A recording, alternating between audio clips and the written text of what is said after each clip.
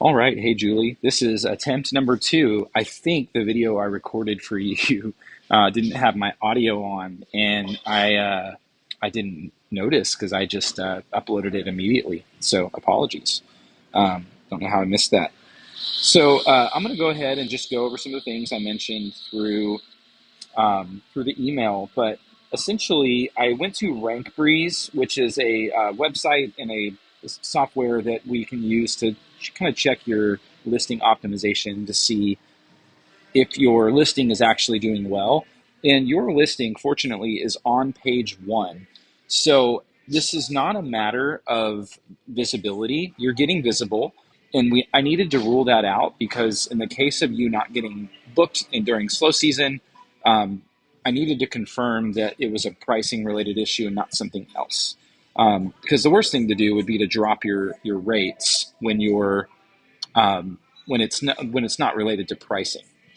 So what you'll notice here is that we have done a few things. I'm starting with the 4-bedroom listing, and you'll notice here this black line represents your listing price, and these bands under it are the market. So in a season like we're in with a slow season, you're actually competing not just with a similar caliber properties, but you're competing with just more broadly 4 bedrooms on the market.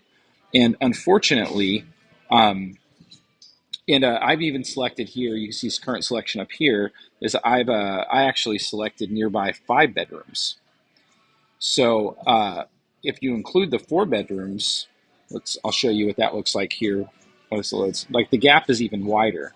So you're significantly higher than the market for this listing, and this makes sense for you because this is not. If you're going to get booked for the smaller property, sure, it's less operational load for you, but it also that means that you're not getting the whole property booked. So you're putting a premium on it, and that makes sense. So what I did here was I made sure that for your minimum pricing, what I wanted to do was I wanted to at least with comparable 5 bedrooms because you have a nicer property. I wanted to at least let your pricing touch the top of this band here. So we're going to keep on premium, but we're not going to be so far above the market that you're not going to get booked. The other thing we did is I went into your customizations here, and there's a few things like one, your minimum stay profile is the short-term rental. I would keep that as the Price Labs recommended. I think that they do a good job with their minimum stay. The next thing is that you already had some of these listed for market driven, which was good. And then I did apply the booking recency factor here. This applies a gradual discount from 5% when you don't have bookings in the last 15 days up to 15% when you've got no bookings in the last 45 days. So it'll affect prices for the next 30 days. So what it's doing with recency is looking at, hey, you are not performing at the market level in the last month, so let's catch you up, is essentially what that's doing. And then demand factor sensitivity, that one was already on. I see here that you had your weekend days Friday, Saturday, which is good. You should have that on for sure. And then finally, I did adjust some of these base prices downward. Okay, so that's a little bit of what we did here. What you'll see here is on the market, you're a little bit behind for the next 7 days. You're almost on target for the next 30 days. And I believe you just maybe got some bookings because I saw something come in. And then here for the next 60 days, you are definitely behind the market. Now, one thing that I want to point out as well is that your booking window is 40 days. What that means is that right now people are booking into March. So this recency factor that I set up hopefully will catch you up to the market. So when you start to see that your occupancy starts to hit the market, that's when you begin to start to adjust your prices. So a little bit of homework for you is that you're approaching that with the next 30 days, right? You're approaching that with the next 7 days. There's probably nothing you can do for these days. I don't know if these are going to get booked these end of January, but in the next 30 days, because you're approaching the market for the next 30 days, what I would do is I would make sure that you're actually you're moving some prices higher.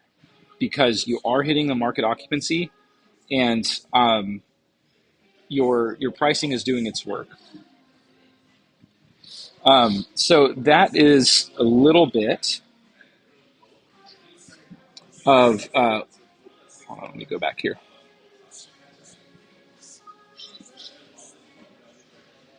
For some reason, your other one is not here, and I'm not sure why. Um, Interesting. Oh, because I have a filter on. That's why. Duh. There we go. I'm using my iPad, and I don't normally use my iPad. There we go. Okay. For this one, your next 7 and next 30 days, again, we are approaching the market. Now, these weren't like this a few days before, so I think we've made some movement here. But your occupancy over the next 60 days is significantly behind the market. And as I mentioned, when you look at your neighborhood data, you've got 36-day booking window. Your pricing for this property is actually, it was closer to the top band here. So what I did was I priced it right along the line here, as you can see, because we want to pull it down a little bit to be more competitive. But I do know that there's room for you to get up to these top level prices here. Um, the same thing applies. I would adjust your pricing as we approach these market occupancies. And so it may be time in the next 30 days um, to start to move up some of these rates. But, that's going to be your choice here. And then for the 60 days out, I'm looking at the end of February and I'm looking into March and I'm seeing an empty calendar. So we probably want to keep that more competitive.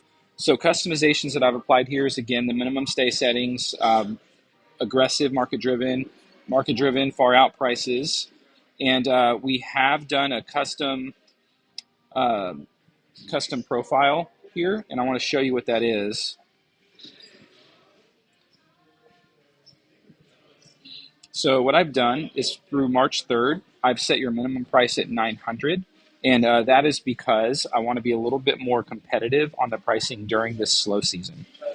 Um, if you have any questions about this pricing setup, please let me know. I'd be glad to kind of talk further about it. And let me know how your call goes with my friend Dan. I don't know if you're meeting with Justin or Dan, but they're great guys.